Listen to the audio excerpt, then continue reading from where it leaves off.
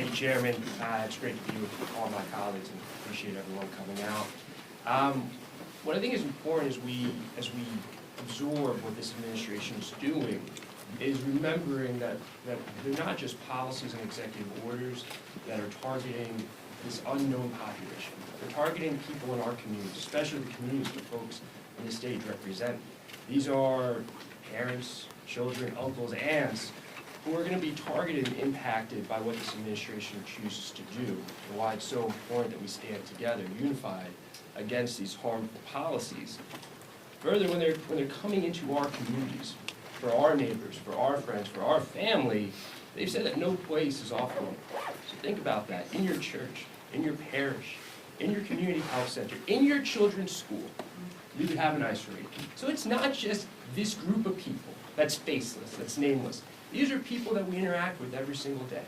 And they're coming directly into our communities, into the places that are supposed to be sacred and safe for all of us. That's where they're coming. There is no end, there is no limit to their cruelty and to what they seek to do to us. When we think about these stories, we're talking about people who on average have been here for over 15 years. I represent a district where over 40% of the people that live there were born outside the country. I've had interactions already, before Trump's first day in office, where a person who's been here most of his life, whose 2 adult children were born and raised here, and who are American citizens, won't leave his house without one of them. A person who's contributed so much to our communities won't leave his house without one of his children, because he's afraid of what could happen if he were to be approached, seized, held in detention by ICE and other federal authorities. So we have a lot of work to do. This group knows the threat that is at our doorstep, but we're not going to be silent. And we're going to fight for our communities. We're going to fight for the people who we call neighbors, and we're going to fight for a future for this country that is reflective of who we really are. When we stand alongside each other, when we believe in each other, because this country has always believed in us. So now it's time for us to pay it back, to pay it forward, to make sure that we move this country in the right direction. So look forward to all the work ahead. Thank you, Chairman. Estamos aquí para tratar temas de importancia al caucus latino y estamos aquí con el liderato, los miembros de esta bancada demócrata que están interesados en dirigirse a temas de importancia como son los soñadores, los trabajadores agrícolas y mantener nuestras familias unidas. Entendemos que esos son 3 temas de gran importancia donde se ha desarrollado un consenso. También hay otros temas como es la ciudadanía por nacimiento o el TPS, entre otros, pero estos 3 nos han unido como bancada y estamos aquí para apoyarlo y avanzar esa agenda que puede resultar en cambios positivos para nuestra comunidad. With that, I give you Representative Nidia Velázquez from the state of New York. Good morning, everyone. Thank you, Chairman Espaillat, and thank you to all our colleagues. I think this is a great picture for the American people to see. All of us representing people in our communities are here because we care deeply. I always say that immigrants make America America. Think about that. Immigrants are the foundation of this country. And we're going to be here to fight back and to make sure that they do not, that our constituents, our immigrants community will not become a political fight. This is about everyone coming together and doing right for this country. And as many of our members have stated, the economy is going to suffer. You want to talk about inflationary forces? Go and look at farmers that are fighting to find workers, or the construction industry, or the retail industry. I'm the ranking member of the Small Business Committee. Farmers are already reaching out to us. The construction industry is already reaching out to us. And in our communities, our school system the public school system, school superintendents telling us that absenteeism is on the rise. Think about that nothing is off limit, that rates could go happen in our public schools. You know, that is the point. Cruelty. You gotta be heartless to say publicly that we're gonna send ICE to our school. Heartless. And then to say that crime is on the rise because of immigrants, that we want to make our community safer? Well, while Republicans claim that these destructive deportations are in the name of law and order, they also just released hundreds of violent criminals like Enrique Tario, Stuart Rhodes, and hundreds who were convicted of assaulting police officers on January 6th. Those people were criminally convicted, and Donald Trump didn't care a bit about safer communities when he released those who were convicted of beating the shit out of police officers. So don't come to us and talk about security and safer communities when you do that. Well, Mr. President, convicted felon released 1,600 people. Criminal. So, quiero decirle a la comunidad latina, miren este cuadro aquí.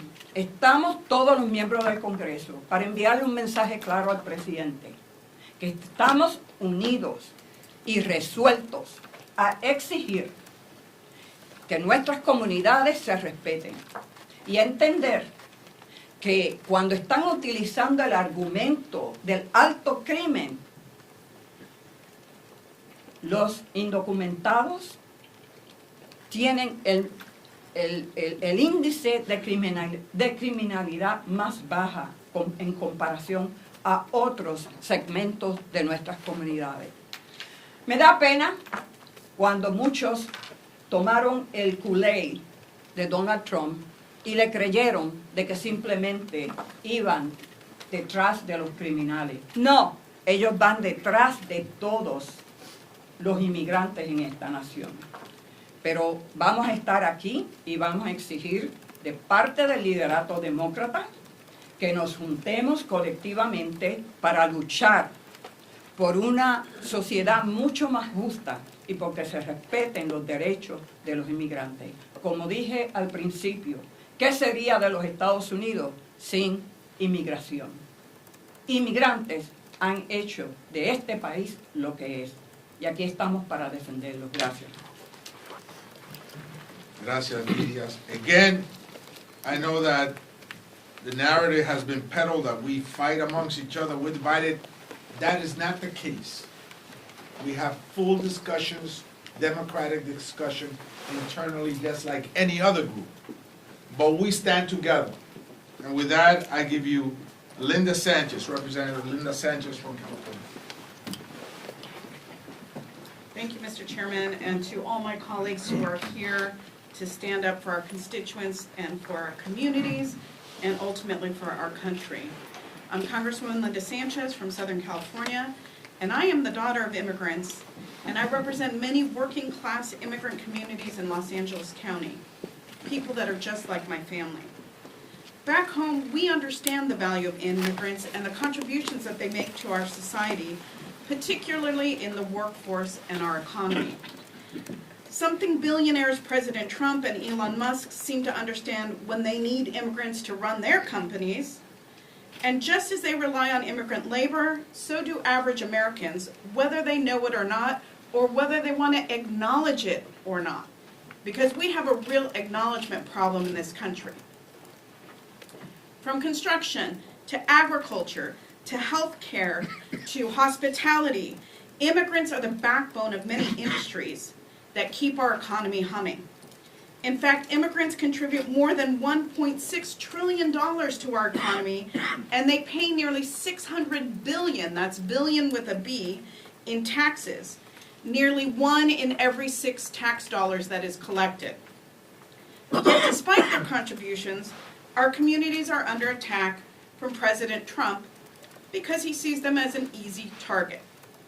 Instead of following through on his promise to lower costs for American families, he's reinstating incredibly unpopular policies like family separation, terminating birthright citizenship, and other extreme executive orders.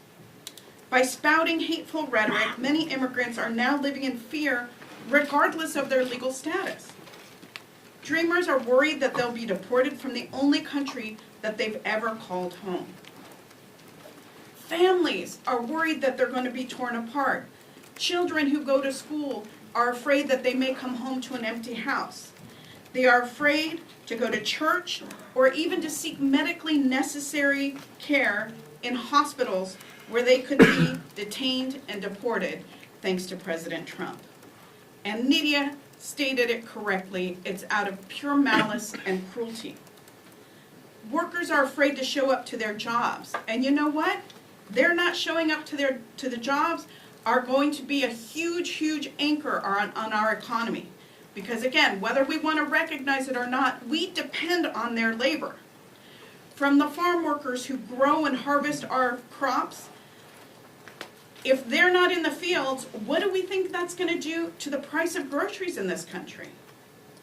President Trump ran on a promise that he was going to lower costs, and these policies that he is pursuing are actually going to make costs go up for the average American family. How does deporting hospital and nursing home workers reduce healthcare costs? There is a premier medical research facility that provides care in the LA region, and they depend on Dreamers. They have over 500 Dreamers that work in their facilities, whether they're radiologists, doctors, nurses, maintenance people, or even people who clean those those hospital rooms.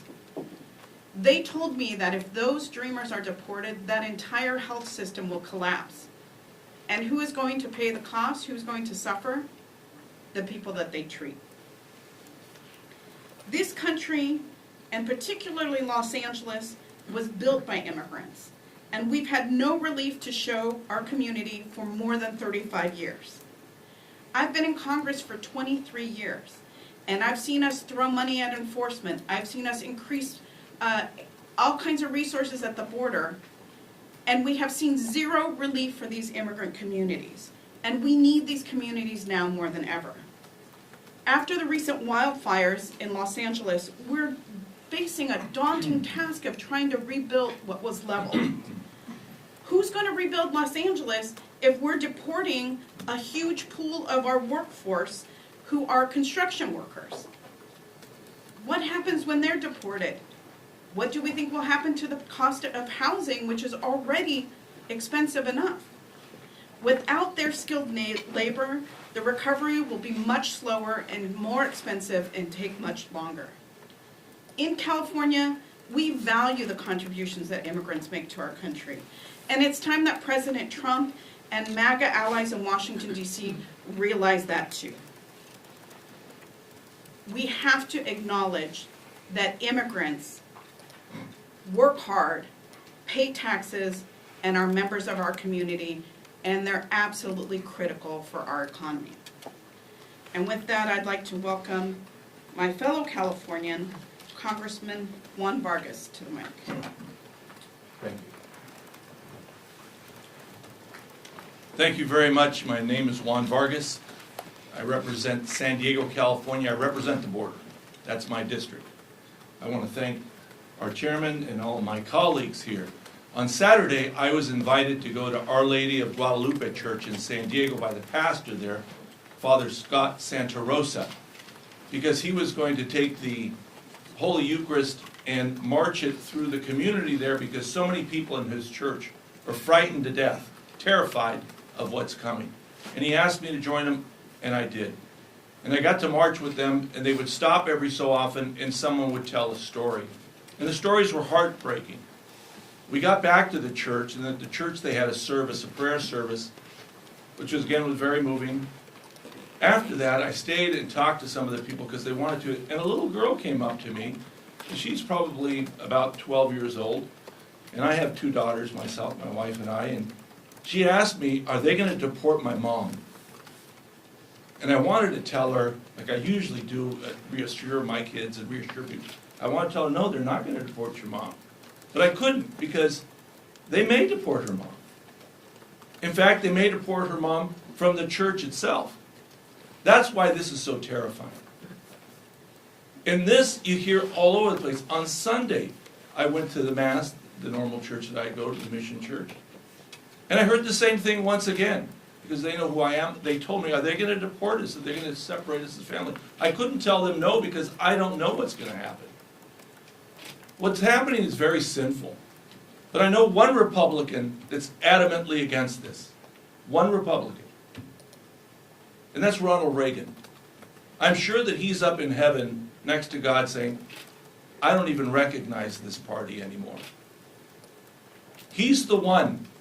He's the one that signed Simpson-Mazzoli in 1986. He was always proud of that. He said these people are our neighbors. They take care of our families, our children. We should trust them. And he gave them an opportunity. What a terrible change that we've seen in the GOP, what used to be the grand old party. We see meanness now. But I'm still hopeful that they'll change and come back. I'm hopeful. Because even they see the injustices when you separate families. And I hope they come back and they understand that our nation is a nation that's good, a nation that welcomes immigrants, a nation where if you work hard, you can do something with your life that's beneficial. So again, I plead to my colleagues on the other side, bring some humanity back to this discussion. Look at these families. Do something positive. Don't follow that road that we know leads to destruction, disruption, and all these other things. Instead, take the good road. And I'm hopeful that they will. Thank you. With that, I yield back. Thank you. Our next 3 members will be Representative Teresa Aleja Fernandez, of course, from the state of New Mexico, as well as Gabe Vasquez, Representative Gabe Vasquez, and Representative Emily Randall. Muchísimas gracias y buenas tardes. I'm Congresswoman Teresa Aleja Fernandez from the beautiful border state of Nuevo Mexico, and I'm also chair of the Democratic Women's Caucus. For the past 3 weeks, Republicans and Trump have attacked immigrants, and I want to talk about how they are putting immigrant women at risk, and how they are putting the care for our children, the care for our elderly, and the care for our communities that immigrant women provide at risk. We've heard it earlier, that immigrants are key to certain sectors, and they are key to the care economy. Our economy depends on immigrant workers and women showing up so that other women can also go to work. And that becomes a downward spiral when we start deporting the women we depend on. But let me tell you a story. An immigrant woman was beaten so severely by her partner that she ended up in the hospital. And this was work I used to do back when I worked on immigrant issues when I was in California. But we've heard it often and repeated. Bloodied and scared, she was afraid to name her abuser because he had threatened her. If you tell anyone, I'll get you deported. You'll never see your children again. The Trumpian bills that we have passed out of this House and that he has sought and that he has said he will move forward on, those Trumpian bills will give her and other abusers even more power. a simple accusation against her could lead to her detention and deportation even without a conviction or charges. And it isn't hypothetical. And that's why over 200 domestic violence groups have begged Congress, have begged Democrats and Republicans to stop this madness. We already have laws to deport and jail immigrants who commit a crime.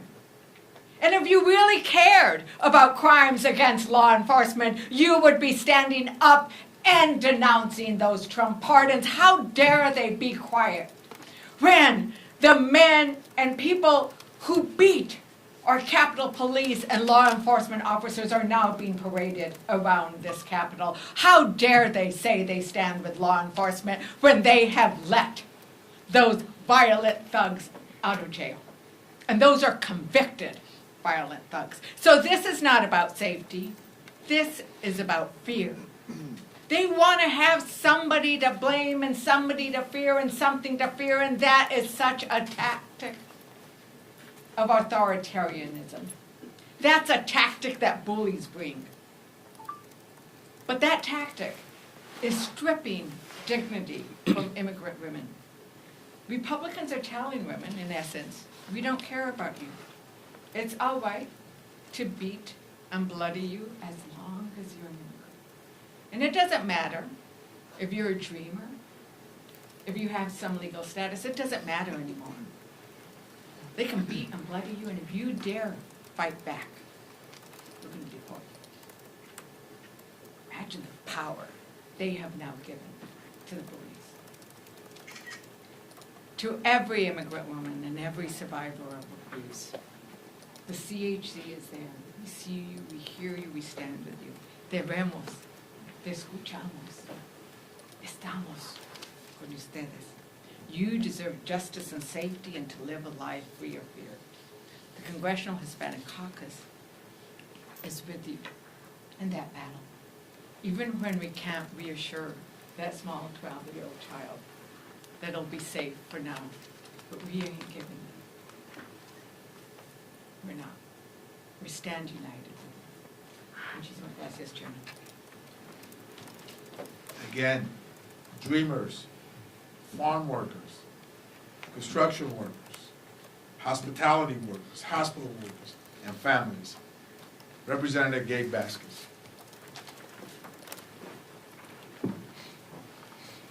Buenas tardes, gracias por estar aquí con nosotros. My name is Gabe Vasquez, and I'm a first-generation Mexican-American raised in an immigrant family along the U.S.-Mexico borderlands in my hometown of Las Cruces, El Paso, and Juarez.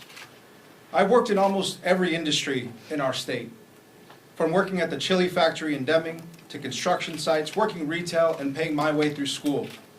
Like many of our families, I faced the challenges and struggles of home ownership, paying down medical debt, and so much more.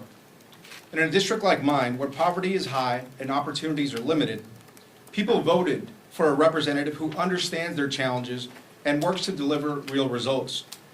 That's why, as a border Latino Democrat, I was able to win in a Trump district by listening to my constituents, treating every community with respect, and making it less about politics and more about what matters to them in their everyday lives.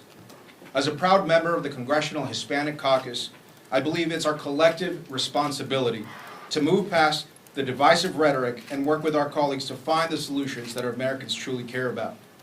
Part of our responsibility is to lead the fight to fix our broken immigration system in a way that holds true to our American values, treats people humanely, strengthens our economy, and keeps our border safe and secure. That's why, like my colleagues, I am deeply concerned about President Trump's executive orders, especially his attack on the 14th Amendment. Doing away with our constitutional rights doesn't just impact immigrants, it impacts all Americans. So sorry, Mr. President, but you can't rewrite the Constitution with the stroke of a pen. Now, back in my district, I've done the work of meeting with immigrant families, ranchers, farm workers, small business owners, faith leaders, and law enforcement agencies. And all they want is the same thing: less posturing and more solutions that deliver for the American people. Tenemos la oportunidad de trabajar con republicanos. Por ejemplo, en la lucha contra los carteles y los coyotes que trafican mujeres y niños importan drogas y lastiman nuestras comunidades fronterizas. There are opportunities for us to work with Republicans, such as fighting the cartels and coyotes who traffic women and children, provide an endless supply of drugs, and hurt our border communities. That's why I introduced bipartisan bills like the Stop Fentanyl at the Border Act, to provide resources for customs and border protection, to make sure that we can crack down on the cartels that are bringing fentanyl into every community in the United States, and the Humane Accountability Act, which ensures that migrant families and their children are kept together and treated with dignity while in custody. But we can't talk about immigration without talking about the economy. Mass deportations will hurt every aspect of our economy and our society. Hardworking immigrants who contribute billions to our economy, to our family farms, to our rural small businesses, and our nation's emerging industries deserve a fair shot at residency and citizenship. Fixing our immigration system is a matter of national food security, shoring up our healthcare system, recruiting our next generation of military service members who will protect our country and have already done so, and so much more. Hispanic families in my district work hard, yet still struggle to afford food, prescription medicine, car insurance, or buy a home. We have to ensure that the labor that they put into our economy allows them to raise healthy families and thrive with legal status. Nuestras comunidades merecen líderes que se enfocan en lograr resultados, no en la política que nos divide. Juntos podemos proteger nuestra frontera, crecer nuestra economía y construir un sistema de inmigración que refleja lo mejor de quienes somos como americanos. Our communities deserve leaders who focus on results, not more ways to divide us. Together, we can secure our border, grow our economy, and build an immigration system that reflects the best of who we are as Americans. Thank you, Mr. Chair. I yield back. And finally, one of our wonderful new members of the CHC, Representative Emily Randolph. Thank you, Mr. Chair. I'm Emily Randall from Washington State, and I am proud to stand united with my colleagues in the Congressional Hispanic Caucus in support of Dreamers, in support of farm workers, in support of families. And I'm proud to stand in support of our communities with the people of Washington. In Washington State, where I was a legislator for the last 6 years, we know that immigrants make our communities stronger. That's why we've expanded our state financial aid programs to Dreamers and immigrants, because we know we cannot reach our workforce goals, our education goals, our economic goals without ensuring that everyone has access to education and opportunity. We know that we're facing a healthcare crisis, and without ensuring that our immigrant communities are safe and that Dreamers are being educated to become nurses and doctors, we will not be able to take care of our aging community, of our sick, of our vulnerable. We know that we have a housing crisis in Washington State, just like across the country. And without ensuring that our immigrant communities are safe, we will not be able to build the housing that we need. And just like everyone in Washington, immigrant families are struggling to afford rent. They are struggling to afford the chance to buy their first homes. And we need to ensure that we are building an economy that is thriving for all of us, from the middle out. I'm proud to be here, standing alongside my colleagues against these dangerous attacks on our immigrant communities, on our neighbors, on our friends, on our fellow churchgoers, on our classmates in school, on our teachers. Because a frightened community does not make our community safer. I've heard stories as I've talked to immigrant activists in our communities of folks who are scared to go to their jobs at fish processing plants in Grays Harbor. They're scared to go to their jobs in the timber industry on the Olympic Peninsula. And they're concerned that there are rumors that ICE is seen at our Kingston ferry terminals.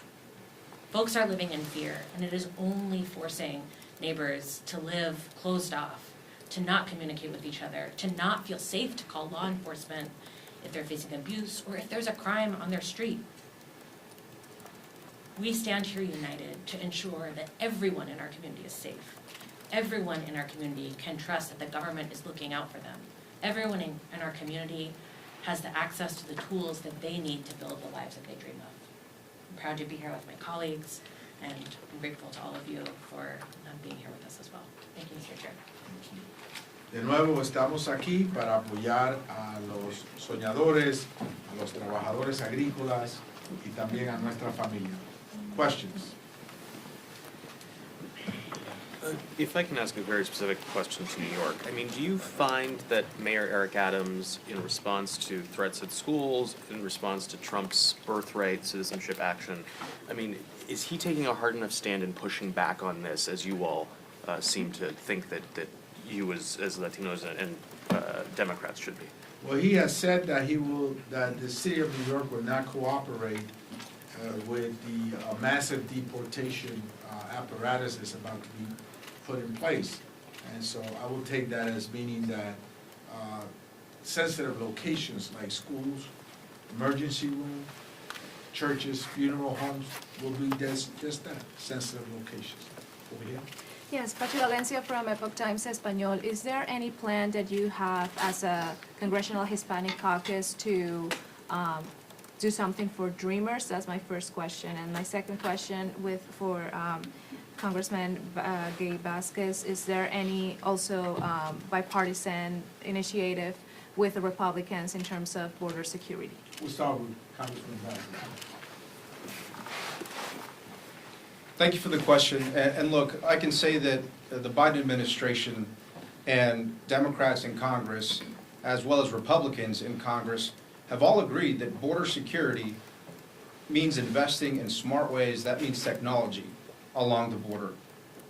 My bill, the Stop the Fentanyl at the Border Act, which is a bipartisan bill, proposes to invest billions of dollars in technology to shore up our ports of entry, like mine in Santa Teresa. One of the things that the American public doesn't realize is that 90% of the drugs that come into this country are actually trafficked by American citizens through our ports of entry. And so inspection technology that actually uses AI technology and allows CBP agents at these ports to be able to interdict drugs before they come into this country, I believe is a bipartisan proposal that has been iterated in different pieces of legislation, including the Senate proposal that died, thanks to President Trump, during the last administration. And so I do believe that we have room to work with Republicans on smart investments on the border if they truly want to solve this problem. But it has to start with dialogue and conversation with them. But I believe technology at the border, especially at our ports of entry, is one thing that we can both agree on. Thank you. On Dreamers. I'm Soy Garcia, I'm from Houston, and I'm the sponsor of the Dream Act. You know, we've never stopped doing anything. We continue to fight to get the Dream Promise Act passed. As you know, it's passed the House a couple of times. It just fails to get out of the Senate. In the Senate, even on the one that just passed yesterday, I just keep forgetting. The Lake and Riley Act. Lake and Riley Act, I mean, we worked on an amendment in the Senate to try to tack that on. Of course, it did not get through, so I don't stop any opportunity I can to continue to remind everyone, especially the Republicans. The Dream and Promise Act polls as high as 80% of Americans saying that Dreamers should be protected and that Dreamers deserve a pathway to citizenship. It's just that 50% of the people here aren't listening. When are we going to get 80% of Americans to agree on anything these days, right? Well, guess what? Dreamers. So I will keep working, as I said earlier, today, tomorrow, until my last breath, until we get that done. And that will be one of our priorities, right here. I have a question for Mr. Espaillat. As an appropriator, Republicans are talking about putting a government funding package together that includes wildfire, government funding, debt limit, and border provisions. Are the border provisions a red line for the Hispanic Caucus? Well, first of all, the other side of the aisle is looking to do a lot of dastardly things at the appropriations table, including RAID and Medicaid funding, so they could provide a massive tax cut to the very rich, and they can fund their deportation apparatus. And so we will be discussing these items that I highlighted: Dreamers, farm workers, and families at every juncture of government here, whether it is the appropriations process, reconciliation, debt limit, at all levels of discussions, we will be bringing these three elements that bring us all together, all the folks you saw here. There are other issues that are just as important, if not more. Birthright citizenship, TPS, and others. But those three, as Sylvia has said, Dreamers poll in 80%. It's low-hanging fruit. No one should be having an adversarial discussion about that. So we will continue to bring it up at every opportunity we get.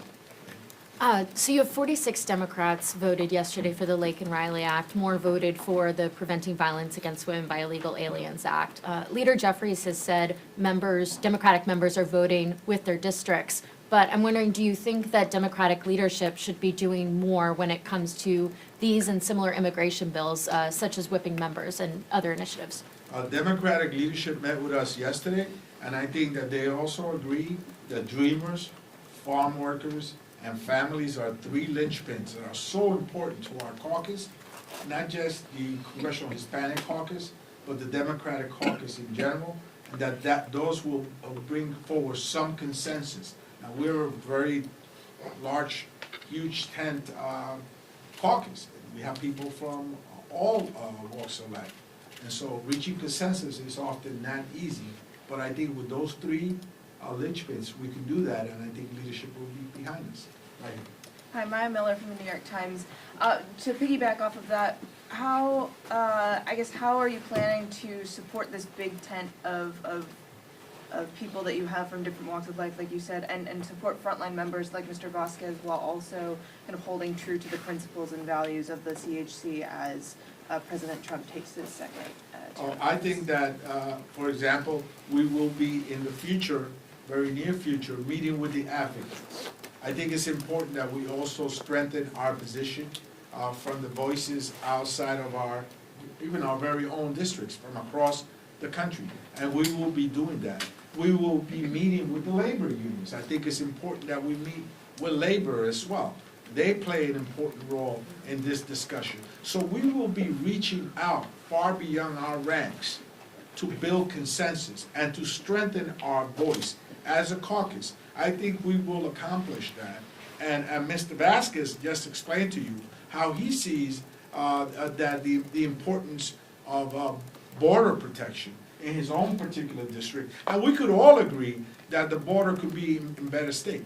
But we also agree that Dreamers, farm workers, and families are important as well. Over here. Are you working with school districts to combat ICE raids and ensure families aren't separated at their schools, especially in border states? Well, in border state with Canada.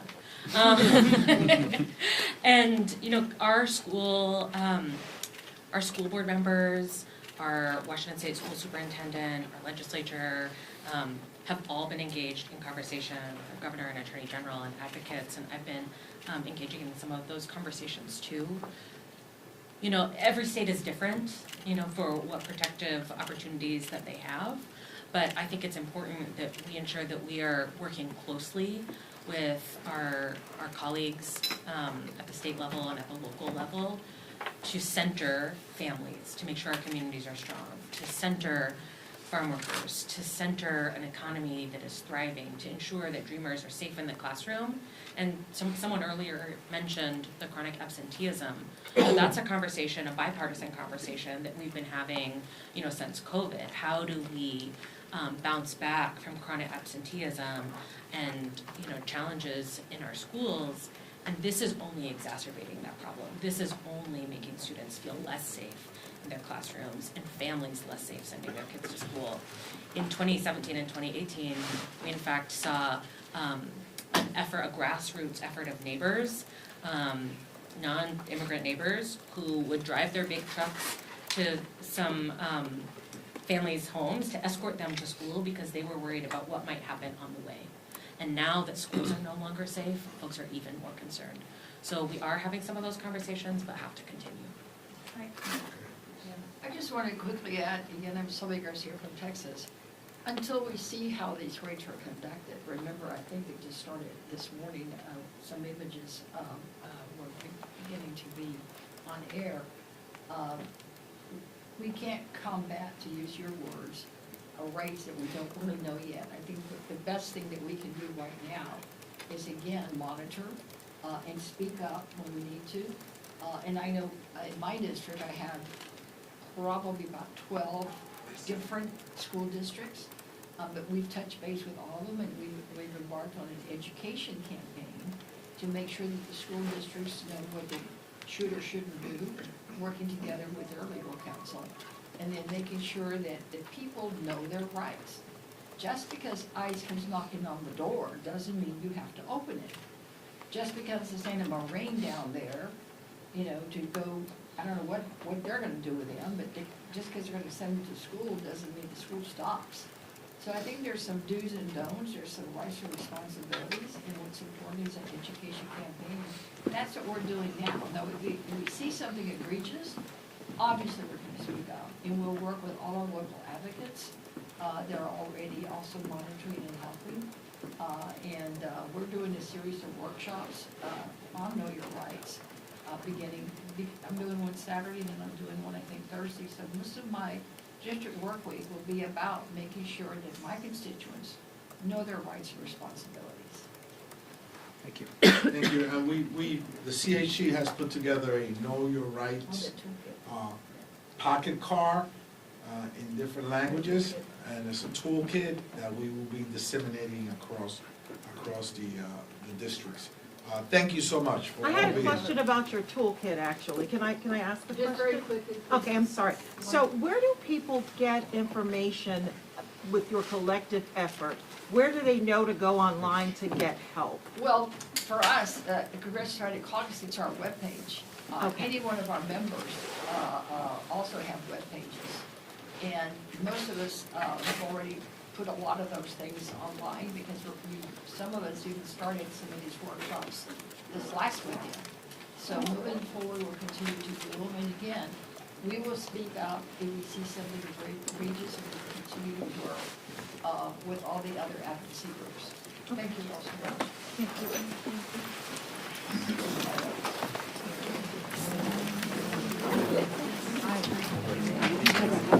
Can I please, you guys, for a quick?